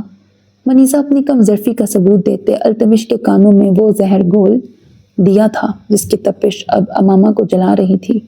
اس نے عزیز کے بارے میں اسے سب بتا دیا تھا۔ مرد چاہے جیسا بھی ہو، گھاٹ گھاٹ کر پانی پینے والا ہو، لیکن بیوی اس کو ہمیشہ ایسی چاہیے جس کے دل پر پہلی دستک دینے والا وہی ہو۔ پھر وہ التمش درانی جیسا مرد جو کم ظرف، خود پسند، دوسروں کو ذلیل کر کے اپنی تسکین کرنے والا۔ تمہارا کوئی کردار بھی ہے؟ وہ اس پر رقیق الزام لگا رہا تھا، بار بار اس کے کردار کو نشانہ بنا رہا تھا۔ میں الو کا پٹھا ملا تھا تمہیں بیوقوف بنانے کو؟ وہ غصے سے بپھرا ہوا تھا۔ اس نے گلدان اٹھا کر سامنے شیشے پر دے مارا۔ آئینہ ایک زوردار دھماکے سے ٹوٹا اور کانچ کی ہزاروں گرچیاں امامہ کے ننگے پیروں کے گرد بکھر گئیں۔ کمرے کے اندر کا منظر اب میدان جنگ بن چکا تھا۔ امامہ کا جی چاہا کہ وہ چلا کر کہے، اور تمہارا کیا؟ ان بے شمار عورتوں کا کیا جن کا تذکرہ تم نے خود شادی کی پہلی رات بڑے فخر سے کیا تھا؟ میں نے تو تمہارا ماضی نہیں پوچھا، میں نے تو پھر ایک محبت کی تھی ایک یک طرفہ محبت جس کا تم اتنا تماشا بنا رہے ہو۔ اور خدا شاہد تھا، شادی کے بعد اس نے ایک دفعہ عزیز کے بارے میں نہیں سوچا تھا۔ وہ مان چکی تھی، وہ اس کا شہزادہ نہیں تھا۔ اس کی باتیں اس کو تکلیف اور اذیت سے دوچار کر رہی تھیں۔ میں التمش درانی، جس نے آج تک اتنی لڑکیوں کو ٹھکرایا اور اب ایک ٹکرائی اور بڑھتی ہوئی عورت میرے حصے میں آئی ہے۔ مغلی ذات کا ایک طوفان اس کے منہ سے برآمد ہو رہا تھا، اس کو کچوکے لگا رہا تھا۔ اس کی نظروں میں اب امامہ کی کوئی وقت نہیں تھی، اس کے ذہن میں تو اب کچھ اور ہی چل رہا تھا۔ اگلے دن جب امامہ نے ونیزا سے پوچھا تب وہ چہرے پر پریشانی سجائے بولی تھی، بات سے بات چل پڑی تو میرے منہ سے نکل گیا۔ وہ اس کے لیے شرمندہ تھی، جو کہ اس کے چہرے پر ڈھونڈنے سے بھی نہیں مل رہی تھی۔ وہ استہزائیہ مسکراتی، وہ اسے اچھی طرح جانتی تھی، وہ اس کی ہر رمز سے واقف تھی۔ التمش کے تیور اور انداز نے سب بتا دیا تھا۔ وہ اتنی بیوقوف نہ تھی، اسے اب اس گھر میں ایک پل نہیں رہنا تھا۔ اسے التمش درانی سے اب کوئی رشتہ، کوئی واسطہ نہیں رکھنا تھا۔ اس سے پہلے کہ التمش اسے ذلیل کر کے گھر سے نکالتا، اس نے فیصلہ کر لیا تھا کہ وہ خود اس قفس کو چھوڑ دے گی۔ وہ اپنا سامان سمیٹنے کی نیت سے اپنے کمرے میں آئی، وہی کمرہ جہاں سے رات التمش اسے دھتکار کر نکال چکا تھا۔ وہ سیدھی ڈریسنگ روم میں جا گھسی، جو اپنی وسعت اور آرائش میں بذات خود ایک گھر معلوم ہوتا تھا۔ امیروں کے ششکے، اس نے منہ بسورا۔ ایک لمحے کو اس کا جی چاہا کہ التمش کی ہر چیز تہس نہس کرتے، ان پرتعیش اشیاء کو توڑ ڈالے اور اس کے اہم ڈاکیومنٹ ادھر ادھر کرتے۔ وہ جھٹکے سے الماری کھول کر اپنے کپڑے نکالنے لگی۔ زیورات کے نام پر اس کے پاس بہت کچھ تھا، مگر آج اسے ان کی چمک میں صرف التمش کی دی ہوئی اذیتیں نظر آ رہی تھیں۔ اس نے ایک نگاہ ان زیورات پہ ڈالی اور پھر نفرت سے رخ موڑ لیا۔ وہ اپنے ساتھ التمش کی دی ہوئی کوئی بھی خیرات نہیں لے جانا چاہتی تھی۔ وہ یہاں سے ویسے ہی نکلنا چاہتی تھی جیسے آئی تھی، خالی ہاتھ، مگر اپنی عزت نفس کے ساتھ۔ زیور کے نام پر اس کے پاس صرف مہرمہ کی کچھ جیولری تھی، جس میں چند انگوٹھیاں، جھمکے اور بالیاں تھیں، جنہیں وہ اکثر گھر میں پہنے رکھتی تھی، جنہیں التمش ہمیشہ آؤٹ ڈیٹڈ کہہ کے اس کا مذاق اڑاتا تھا۔ اس کے اتنا کہنے کے باوجود وہ انہیں اتارنے پر راضی نہیں ہوئی تھی، تو اس نے زبردستی اس سے لے کر اپنے لاکر میں رکھ دی۔ امامہ، یہ بالیاں بہت آؤٹ آف فیشن نہیں؟ وہ دونوں کسی تقریب میں شرکت کرنے گئے تھے، جب وہاں ایک عورت نے اس سے کہا تھا، اوہو ماما، آپ تو ہر چیز پہ تنقید کرنے لگتی ہیں، آج کل اینٹیک چیزوں کا ٹرینڈ ہے۔ پھر وہ اس کی طرف متوجہ ہوئی۔ آپ ماما کی بات کا برا مت مانیے گا، ایکچولی انہیں آج کل کے ٹرینڈ کا کیا پتا، بائی دا وے یہ آپ پر بہت سوٹ کر رہی ہیں۔ التمش بھی وہیں اس کے ساتھ موجود تھا اور اپنی سرخ انگارہ آنکھوں سے اسے گھور رہا تھا۔ وہ دونوں ماں بیٹی وہاں سے چلی گئی تھی۔ تم کبھی نہیں بدل سکتی، تمہیں کتنی بار کہا ہے اپنے آپ کو گروم کرو۔ اگر تمہیں ایسا ہی رہنا تھا تو اپنے جیسے لوور مڈل کلاس لڑکے سے شادی کرتی۔ تم التمش درانی کی بیوی ہو، ایٹ لیسٹ ایلیٹ کلاس میں موو کرنا سیکھ لو، لیکن تم… اپنی بات ادھوری چھوڑتا وہ وہاں سے چلا گیا تھا۔ وہ بستا ہی زدہ تھی، وہ اس کے لہجے کی کاٹ کبھی نہیں بھول سکتی تھی۔ امامہ نے غصے اور کپکپاتے ہاتھوں سے لاکر کے ڈیجیٹل پیڈ پر پاسورڈ لگانے کی کوشش کی۔ 2 بار ناکامی ہوئی تو وہ تلخی سے مسکرائی۔ وہ کتنا خود پسند تھا، یقیناً اس کا پاسورڈ اس کے اپنے نام کے سوا کیا ہو سکتا تھا۔ اس نے انگریزی میں اس کا نام ٹائپ کیا اور لاکر ایک ہلکی سی آواز کے ساتھ کھل گیا۔ لاکر کے اوپر والے خانے میں سے زیور نکالا۔ وہ انہیں لے کر رکھنے والی تھی جب نظر نچلے خانے پر پڑی۔ اس نے کچھ فائلز نکالی، کچھ اس کے بزنس کے متعلق تھیں۔ اس کا حالیہ پروجیکٹ کے کاغذات پڑے ہوئے تھے، جب اچانک نظر ان سب کے نیچے پڑی ایک فائل پہ پڑی۔ وہ التمش درانی کی میڈیکل ہسٹری تھی۔ امامہ نے حیرت اور تجسس کے عالم میں سلائیڈنگ ڈور بند کیا اور وہیں قریب پڑی چیئر پہ بیٹھ گئی۔ اس نے لرزتے ہاتھوں سے فائل کھولی تو ایک ہولناک سچائی اس کو منہ چڑھا رہی تھی۔ التمش درانی باپ بننے کی نعمت سے محروم تھا، وہ اسے دھوکہ دے رہا تھا۔ تم نے بھی تو اس سے جھوٹ بولا تھا۔ اس کے ضمیر نے اسے کٹہرے میں کھڑا کیا۔ ہاں میں نے بولا تھا، کیونکہ یہ سچ جاننے کے بعد وہ مجھے اپنے طنز اور نشتر کا شکار بناتا، بانجھ کہہ کے میری پہلے سے زخمی روح کو اور کچوکے لگاتا۔ مجھ میں مزید اس کی باتیں سننے کا حوصلہ نہیں ہے، وہ بڑبڑا رہی تھی۔ اس نے ان رپورٹس میں لکھی تاریخ دیکھی، وہ ان کی شادی سے پہلے کی تھی، یعنی وہ جانتا تھا کہ وہ کبھی باپ نہیں بن سکتا، پھر بھی اس نے شادی کی۔ اس نے اپنے اعصاب پر قابو پایا، کچھ دیر بعد وہ تھوڑا نارمل ہوئی۔ وہ واپس اپنے کمرے میں چلی گئی، نظر بھٹکی، وہاں سے سوئمنگ پول کی طرف گئی۔ التمش وہاں سے جا چکا تھا اور ونیسا وہاں اکیلی کھڑی تھی۔ وہ فون پر مصروف تھی، وہ عزیز سے بات کر رہی تھی، ان دونوں کے درمیان سب کچھ ٹھیک ہو چکا تھا۔ وہ بستر پر کروٹیں بدل بدل کر تھک چکی تھی، مگر نیند اس کی آنکھوں سے کوسوں دور تھی۔ التمش تب سے باہر گیا، اب تک واپس نہیں لوٹا تھا۔ اس کا ذہن بری طرح الجھا ہوا تھا، اتنی بڑی اور ہولناک حقیقت جان کر وہ دنگ رہ گئی تھی۔ اسے سمجھ میں نہیں آ رہی تھی وہ کیا کرے۔ وہ التمش کی طرح کم ظرف نہیں تھی جو دوسروں کی کمزوریوں کا فائدہ اٹھاتی یا انہیں بے عزت کرتی۔ التمش کو کم از کم اسے بتانا چاہیے تھا، پھر وہ خود ہی اپنی سوچ پر ہنسی۔ التمش اور اپنی کمزوری کسی کو بتاتا۔ وہ ابھی اپنی سوچوں کے تانے بانے ہی بن رہی تھی کہ کمرے میں پڑے لینڈ لائن فون کی گھنٹی اچانک بج اٹھی۔ اس نے بیزاری سے ہاتھ بڑھا کر ریسیور اٹھایا۔ ادھر ونیسا گیسٹ روم میں موجود اپنی ماں سے بات کر رہی تھی۔ جس طرح تم اس کے ساتھ تعلقات بڑھا رہی تھی، مجھے لگا تم اس میں انٹرسٹ لے رہی ہو۔ رمشا کی آواز سپیکر سے ابھری۔ توبہ ہے ماما، آپ کو میرا دماغ خراب لگتا ہے جو میں اپنا بنا بنایا گھر خراب کروں؟ وہ خباثت سے ہنسی۔ میں تو بس یہ چاہتی تھی کہ التمش کسی طرح امامہ کو چھوڑ دے، اور فائنلی وہی ہو رہا ہے جو میں چاہتی تھی۔ اگر میرے پاس یہ آسائشیں نہیں ہیں تو میں اسے بھی ان آسائشوں میں رہنے نہیں دوں گی۔ نفرت ہے مجھے اس سے، جیسے اس سے پہلے میں نے اس سے عزیز کو چھینا تھا۔ اب التمش کی باری ہے۔ التمش کی برین واشنگ میں اس حد تک کر چکی ہوں کہ وہ بہت جلد اسے طلاق دے کر گھر سے نکال دے گا۔ گیسٹ روم کے ساتھ 2 اور کمرے تھے، جن میں سے ایک میں امامہ تھی۔ ان تینوں کمروں میں ایک ہی لائن کی ایکسٹینشن لگی ہوئی تھی۔ ریسیور کان سے لگائے امامہ کے چہرے کی رنگت لمحوں میں متغیر ہو گئی۔ اس کے پیروں تلے سے زمین نکل گئی۔ تو ونیسا نے وہ سب باتیں التمش کو جان بوجھ کر بتائی تھیں۔ وہ اس کی زندگی کو محض ایک کھیل سمجھ کر کھیل رہی تھی، مگر مجھے اندازہ نہیں تھا کہ التمش درانی کانوں کا اتنا کچا نکلے گا اور اتنی جلدی میری باتوں میں آ کے اسے چھوڑنے پہ تیار ہو جائے گا۔ اس نے جیسے تفتیش کا اظہار کیا تھا۔ جب کسی کو اپنے پارٹنر کی دھوکے دہی کا پتہ چلتا ہے نا، تو انسان ایسے ہی اندھا اور پاگل ہو جاتا ہے۔ تم مہر کو بھول گئی؟ رمشا نے اسے ماضی کی ایک بھولی بسری یاد دلائی۔ ویسے میری بیٹی بہت چالاک ہے، اس نے اسے داد دی۔ آپ پر گئی ہوں۔ وہ اور بھی زہر اگل رہی تھی جب امامہ کے ہاتھ لرزنے لگے، اور اس نے مزید کچھ بھی سنے بغیر ریسیور واپس کریڈل پہ رکھ دیا۔ لوگ دیوانے ہیں بناوٹ کے، ہم اپنی سادگی لے کر کہاں جائیں؟ التمش درانی اور امامہ کی شادی کی سالگرہ کی خوشی میں درانی مینشن کا وسیع و عریض لان اس وقت جگمگاتی روشنیوں میں نہایا ہوا تھا۔ سنہری کمکموں کی جگمگاہٹ اور مہنگی سجاوٹ ہر منظر کو خوابناک بنا رہی تھی۔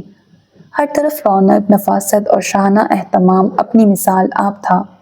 ملازم استادی سے ادھر ادھر بھاگ رہے تھے، اور ویٹرز بڑی بڑی ٹریز اٹھائے معزز مہمانوں کی توازے میں مصروف تھے۔ فضا میں مہنگے پرفیومز کا خمار رچا ہوا تھا۔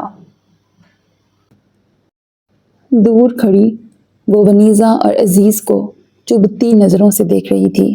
اپنے ذہن میں چلتے مقصد کو حاصل کرنے کے لیے وہ بہت بڑی قربانی دے چکی تھی، اپنی عزت نفس کی قربانی۔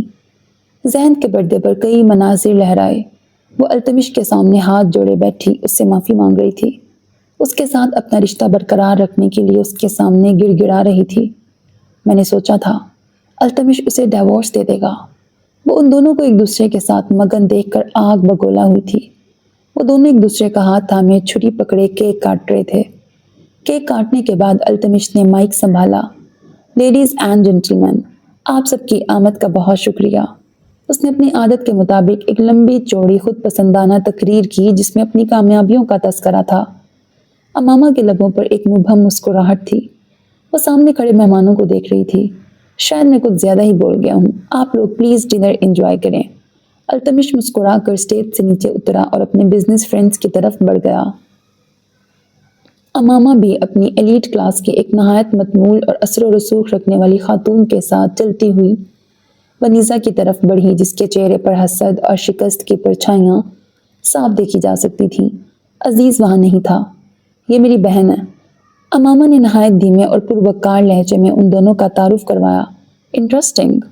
سامنے والی نے ہونٹ سکیڑتے ہوئے دونوں پر ایک سرسری مگر جانچتی نظر ڈالی۔ مائنڈ مت کرنا امامہ، مگر تم دونوں بالکل بھی ایک دوسرے کی بہنیں نہیں لگتی ہو۔ تم دونوں کی شکلیں بھی ایک دوسرے سے نہیں ملتی اور پھر کلاس بھی۔ وہ بے جھجک ان دونوں کا تقابلی جائزہ لے رہی تھی۔ آج محفل میں امامہ مرکز نگاہ تھی۔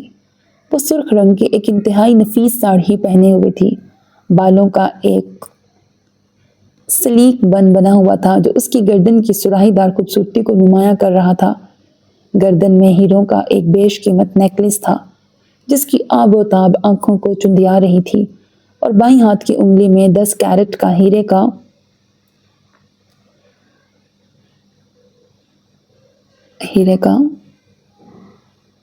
سولیٹر الگ جگمگا رہا تھا۔ اس کے مقابلے میں ونیزا نے بھی ایک مہنگا ڈیزائنر جوڑا پہن رکھا تھا، مگر امامہ کی اس بے پناہ چمک دھمک اور شاہانہ انداز کے آگے وہ بالکل ماند پڑ رہی تھی۔ یہ میری سٹیپ مدر کی بیٹی ہے۔ اس کے چہرے پر چھائی تاریکی نے جیسے اسے اندر تک شاد کر دیا تھا۔ او، اس نے او کو تھوڑا لمبا کھینچا۔ کھیل تو ونیزا نے شروع کیا تھا، اب اختتام تک اسے امامہ نے ہی پہنچانا تھا۔ اسے پتہ چل گیا تھا کہ التمش کی بنائی بزنس ایمپائر میں سوراخ پیدا ہو چکے ہیں اور بات اب قرضوں میں جکڑے سسکتے وجود کی ہے، یہاں تک کہ ان کا یہ پرتعیش بنگلہ بھی قرضے کی بھینٹ چڑھ چکا ہے۔ یہ شاندار محفل اس نے نئے انویسٹرز کو گھیرنے کے لیے ہی سجائی تھی، لیکن نتیجہ خاطر خواہ ہی رہا۔ ونیزا کی حاسدانہ فطرت نے اس پر سوچ کے کئی ڈروا کیے تھے جس پر اسے ڈٹ کر کام کرنا تھا، اور وہ اپنے پلان کے مطابق ہی چل کر اسے شکست دینا چاہتی تھی۔ امامہ اسے شہر کے ایک مہنگے اور معروف شاپنگ مال میں لے کے آئی تھی۔ ونیزا اپنی سلگتی ہوئی آنکھوں سے دیکھ سکتی تھی کہ امامہ جس دکان میں بھی قدم رکھتی وہاں کا سیلز سٹاف اس کے آگے پیچھے پھرتا اور اس کی خوب آؤ بھگت کرتا، کیونکہ اس کے ساتھ التمش درانی کا نام جڑا تھا۔ وہ اس کے شاہانہ روب کے سامنے خود کو بہت معمولی اور بے حیثیت محسوس کر رہی تھی۔ امامہ نے کتنی ہی مہنگی چیزیں اسے خرید کر دیں اور پھر بڑا احسان جتاتے ہوئے بولی، تمہاری تو یہ سب چیزیں خریدنے کی حیثیت نہیں ہے، اس لیے چلو میں ہی تمہیں دلا دیتی ہوں۔ آخر بہن ہو میری۔ اس کے لہجے میں چھپے طنز کو اس نے بمشکل ہضم کیا تھا۔ اللہ کا شکر ہے تم نے عزیز سے محبت اور شادی کر لی، ورنہ میں ایسی زندگی تو خوابوں میں ہی گزار سکتی تھی۔ امامہ جان بوجھ کر ونیزا کے سامنے التمش کی اتنی تعریفیں کرتی کہ التمش نے اسے یہ دلایا وہ دلایا، التمش اس کا کتنا خیال رکھتا ہے۔ وہ عزیز اور اپنے مڈل کلاس لائف سٹائل سے متنفر ہونے لگی تھی۔ التمش اسے جیسا دیکھنا چاہتا تھا وہ بالکل ویسے ہی بن گئی تھی۔ وہ اس سے بہت خوش تھا۔ اب تو ونیزا جب بھی التمش کے سامنے اسے نیچا دکھانے یا اس کے ماضی کو چھالنے کی کوشش کرتی تو اول تو امامہ خود اتنے باوقار طریقے سے اس سے نپٹ لیتی کہ ونیزا لاجواب ہو جاتی، اور اگر کبھی امامہ مصلحتاً خاموش بھی رہتی تو التمش خود ونیزا کو ٹوک کر امامہ کو سپورٹ کر دیتا تھا۔ وہ دونوں آمنے سامنے بیٹھی جلتی نگاہوں سے ایک دوسرے کو گھور رہی تھیں۔ میں التمش کو تم سے چھین لوں گی، جس دولت پر تم اتنا اترا رہی ہو، بہت جلدی تم سے یہ سب کچھ چھین لوں گی۔ وہ جس آگ میں جل رہی تھی وہ اس آگ میں امامہ کو جلانا چاہتی تھی، اور امامہ وہ بس ونیزا کو حسد کی آگ میں جلتا دیکھ کر سوچ رہی تھی کہ پکچر ابھی باقی ہے۔ چند مہینوں بعد ونیزا عزیز کے سامنے شکووں سے پور دامن لیے کھڑی تھی۔ آئی ایم سوری عزیز، لیکن مجھے یہ کنویں کے مینڈک جیسی زندگی نہیں جینی۔ تم مجھے کچھ نہیں دے سکتے۔ میں نے تم سے کبھی محبت نہیں کی، بس امامہ کی ضد میں تمہارے قریب آئی، تم سے شادی کی۔ عزیز ونیزا سے طلاق کا مطالبہ سن کر دنگ رہ گیا اور اپنی عزت نفس کو کچل کر کہا کہ وہ اپنے فیصلے پر نظر ثانی کرے۔ ونیزا نے اس سے محبت نہیں کی تھی، اس نے تو کی تھی، اور پھر ان کے بچے۔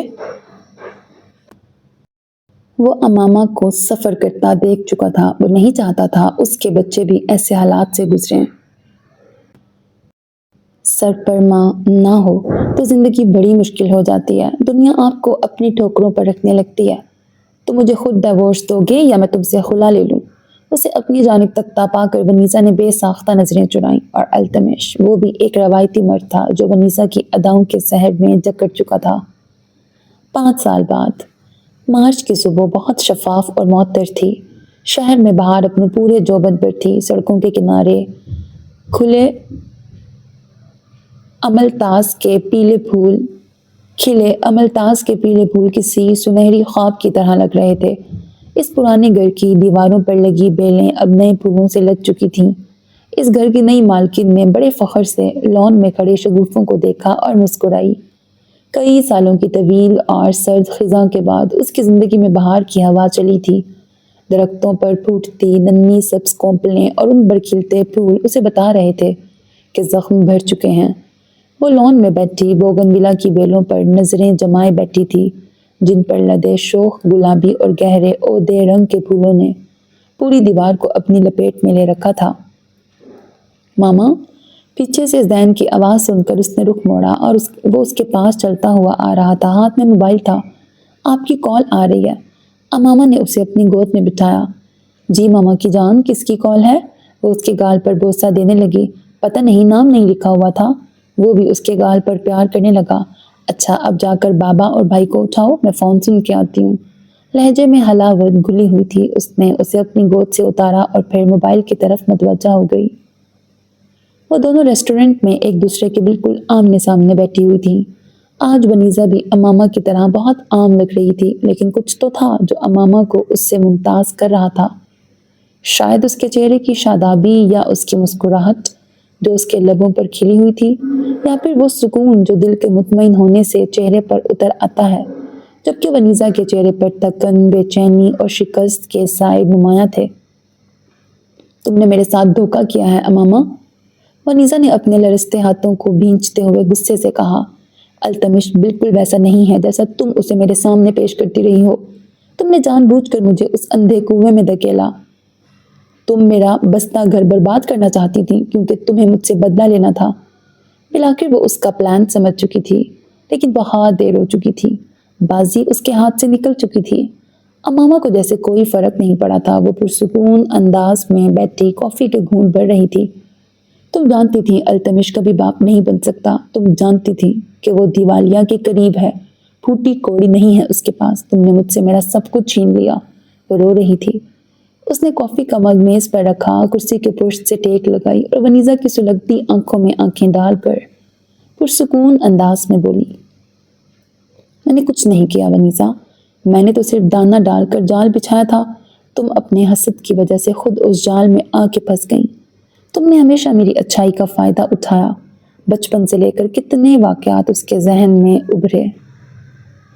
تم میرا گھر برباد کرنا چاہتی تھی، میں نہیں۔ میں نے تو بس تمہاری بچھائی بساط کو الٹا تھا۔ تمہارا حسد تمہیں یہاں تک لے کے آیا ہے۔ تو مجھے قصوروار ٹھہرانے کے بجائے اپنے نفس کو ٹھہراؤ، جس کی وجہ سے التمش نام کا عذاب تم جھیل رہی ہو۔ اس نے بھویں سکیڑی۔ میں عزیز کو سب بتا دوں گی کیسے تم نے کیسے میں نے تمہارے لالچ کا فائدہ اٹھایا۔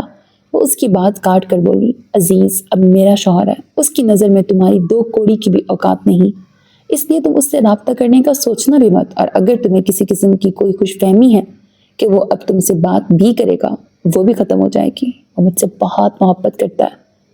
تبھی اماما کا فون بجا۔ عزیز کی کال تھی۔ اس نے فون اٹھا کر اسپیکر پر کیا۔ عزیز کی سلام کی کھنکھناتی آواز گونجی۔ وہ آفس میں تھا اور اس کا لنچ بریک تھا۔ وہ اس سے کھانے کا پوچھ رہا تھا۔ وہ اسے آج رات باہر ڈنر کرنے کا کہہ رہا تھا۔ اس کی آواز کی بشاشت سے پتہ چل رہا تھا وہ کتنا خوش تھا۔ دل جل بھن کر سیاہ ہوا تھا۔ وہ اپنی جنت اپنے ہاتھوں کسی اور کو سونپ چکی تھی۔ دوسری طرف اپنے آفس کے کیبن میں بیٹھا عزیز بھی یہی سوچ رہا تھا کہ اگر اس نے اپنی ماں کی بات نہ مانی ہوتی تو زندگی کبھی اتنی حسین نہ ہوتی۔ 2 سال پہلے اماما سے شادی کرتے وقت وہ کتنے ہی خدشات کا شکار تھا کہ پتہ نہیں اماما اس کے بچوں کو قبول کرے گی یا نہیں، ان کے ساتھ کیسا سلوک کرے گی۔ لیکن اماما کی بے لوث محبت دیکھ کر اس کے تمام اندیشے ختم ہو چکے تھے۔ اماما نے اپنا بیگ اٹھا کر اس میں سے پیسے نکالے۔ یہ میرے حصے کے، تم اپنے حصے کے خود پے کر دینا۔ وہ کیا ہے نا، میرا شوہر فضول خرچی پسند نہیں کرتا اور نہ ہی میں۔ اس نے پیسے میز پر رکھے اور چل دی۔ ابھی اس نے 2-3 قدم ہی اٹھائے تھے کہ وہ واپس مڑی۔ تم نے ایک بار مجھ سے کہا تھا کہ میں کوئی سنڈریلا نہیں ہوں اور مجھے میرا شہزادہ لینے نہیں آئے گا۔ میں پہلے واقعی بہت بے وقوف تھی ونیسا، جو خود کو سنڈریلا سمجھتی تھی اور اپنی ماں اور بہن کے ظلم سے چھٹکارا پانے کے لیے کسی شہزادے کا انتظار کرتی رہی۔ تم نے ٹھیک کہا تھا، مجھے میرا شہزادہ لینے نہیں آیا۔ اس کے لہجے میں خود بخود سرد مہری در آئی۔ لیکن پھر میں سمجھ گئی، ہر لڑکی سنڈریلا نہیں ہوتی۔ ضروری نہیں ہر شہزادی کو بچانے کے لیے شہزادہ آئے۔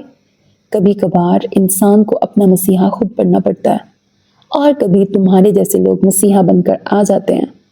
وہ استہزائیہ ہنسی۔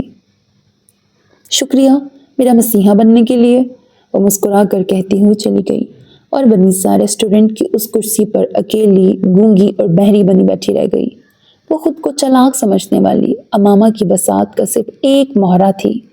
اماما کے پاس سب کچھ تھا، ایک محبت کرنے والا شوہر، 2 پیارے سے بیٹے جو اس سے اپنی سگی ماں سے بھی زیادہ محبت کرتے تھے، ایک مکمل خاندان اس کے پاس تھا، اور وہ بالکل تہی دامن رہ چکی تھی۔ اپنی اندھی خواہشات اور حسد کی بھینٹ چڑھنے والے اکثر آخر میں ایسے ہی خالی دامن رہ جاتے ہیں۔ ختم شد۔ سو میرے عزیز لسنرز، یہاں پر اینڈ ہوتا ہے ناول میں سنڈریلا نہیں ہوں۔ امید کرتی ہوں ناول آپ کو پسند آیا ہوگا۔ اپنا ویلیوبل فیڈ بیک دینا، ویڈیو کو لائک کرنا اور چینل کو سبسکرائب کرنا ہرگز نہ بھولیے گا، because that's how you can encourage me, and that's the only kind of support and encouragement which I want from all of you. Allah Hafiz.